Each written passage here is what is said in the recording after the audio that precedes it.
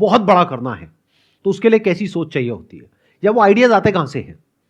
देखो, अब बड़ा बिजनेस करने के दो तरीके हैं। एक है जैसा ज्यादातर इंडिया में होता है, यानी कि क्या, पहले देखते हैं पूरे वर्ल्ड हेलो में क्या क्या दोस्तों, कैसे हैं बिजनेसेस आप लोग। आप सक्सेसफुल है, लोग बहुत ही फिर अच्छे उसको होंगे। इंडिया में कॉपी कर लिया जाता है।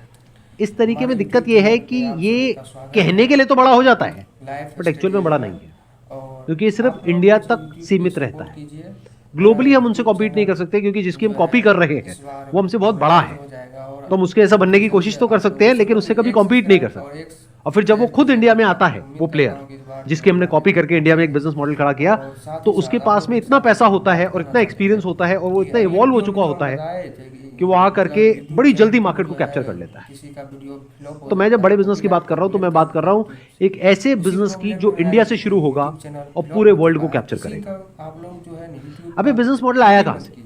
हम भी देखो, नहीं एक प्रॉब्लम है, हम चाहे वो भी मेरी एक कंपनी हो चाहे किसी की भी कंपनी हो, चाहे वो कोई प्रोडक्ट हो चाहे सर्विस हो, हमें पता करना होता है कि मार्केट में जो कस्टमर है वो हमारे बारे में क्या सोचता है।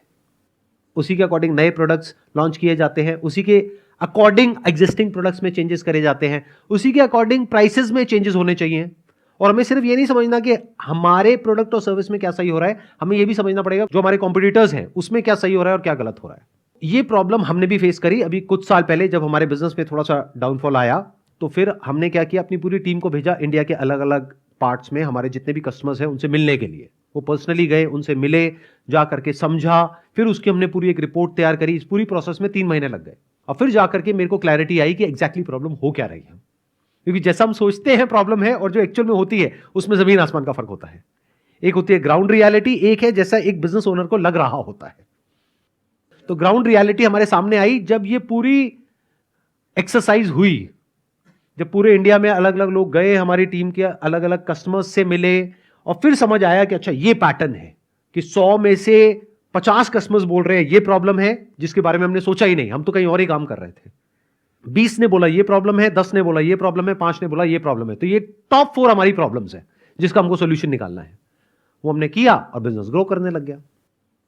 अगर मैं ये नहीं करता, यानी मार्केट से फीडबैक नहीं लेता और खुद ही कुछ करता रहता, तो क्या होता, वो बिजनेस बंद हो जाता, जैसे पास्ट में बहुत सारी कंपनीज के साथ में हुआ। जैसे एक टाइम पे नोकिया, आप में से कितनों ने नाम सुना है नोकिया का? बहुतों ने तो सुना भी नहीं होगा, क्योंकि तब आप पैदा ही नहीं हुए थे। एक जमाना होता था जब नोकिया पूरे वर्ल्ड का लीडर था मोबाइल फोन्स में, लेकिन फिर जब स्मार्टफोन आए तो वो समझ नहीं पाया कि मार्केट किस तरफ जा रही है। वो अपने हिसाब से करता चला गया काम को। नहीं, ये मत समझो चेंज नहीं किया, उसने चेंजेस करे होंगे, लेकिन अपने हिसाब से करे, मार्केट के हिसाब से नहीं करे। दोनों में बड़ा फर्क है। तो ये कितनी बड़ी प्रॉब्लम है, चाहे कोई बड़ी कंपनी हो, चाहे मिड साइज की कंपनी हो, चाहे छोटी कंपनी हो, चाहे कोई अपना नया बिजनेस शुरू करने वाला है, उसे पता होना चाहिए ना कि मैं इस बिजनेस में एंटर कर रहा हूं, इसमें ऑलरेडी ये कंपनीज हैं, उसका क्या चल रहा है, उसके हिसाब से इंसान गैप ढूंढ सकता है। तो सबको ऐसी एक रिपोर्ट की जरूरत है जो कि कुछ सेकंड्स के अंदर अंदर उसको मिल जाए और 3 महीने ना लगाने पड़े और लाखों रुपए ना खर्चने पड़े। पूरे वर्ल्ड में ऐसा कोई सोल्यूशन नहीं है कि इंस्टेंटली एक कंपनी को यह समझ आ जाए, फॉर एग्जांपल एक मोबाइल फोन की कंपनी है, उसको यह समझ आ जाए कि जो भी लोग मेरे एग्जिस्टिंग कस्टमर्स हैं वो क्यों खरीद रहे हैं मेरा मोबाइल फोन, उसमें उनको क्या अच्छा लग रहा है क्या बुरा लग रहा है, प्लस जो मेरे कॉम्पिटिटर्स का मोबाइल फोन खरीद रहे हैं उसमें उनको क्या अच्छा लग रहा है क्या बुरा लग रहा है। अगर ये कुछ सेकंड्स के अंदर एक डेटा एक कंपनी तक पहुंच जाता है तो डेटा कितना इंपॉर्टेंट है उसके लिए। और डेटा सिर्फ एक सैंपल साइज का नहीं, जैसे नॉर्मली फीडबैक्स होते हैं कि शॉपिंग मॉल में कुछ बंदों को भेज दिया और बोल दिया कि फॉर्म भर दो।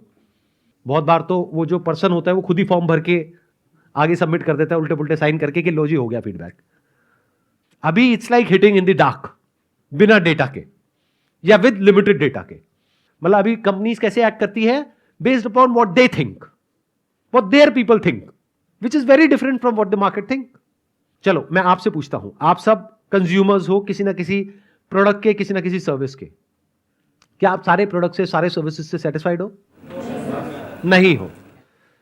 क्या ये बात उन कंपनीज को पता है? नहीं पता है, या पता भी है तो बहुत ही लिमिटेड वे में पता है। तो अब यहां से ये आइडिया आया था मेरे माइंड में कि कुछ ऐसा करना चाहिए, मतलब ये प्रॉब्लम सॉल्व होनी चाहिए, ये बहुत इंपॉर्टेंट है और ये प्रॉब्लम सब जगह है, इंडिया में है, यूएस में, यूके में है, यूरोप में है, पूरे वर्ल्ड में है ये प्रॉब्लम। इसका कोई सोल्यूशन निकलना चाहिए, यानी कि कंज्यूमर और ब्रांड के बीच में एक डायरेक्ट कनेक्शन होना चाहिए। ये जो आइडिया है, this is a big business idea, ये कोई छोटा बिजनेस आइडिया नहीं है, तो ये काम 5-7-10 लाख रुपए में नहीं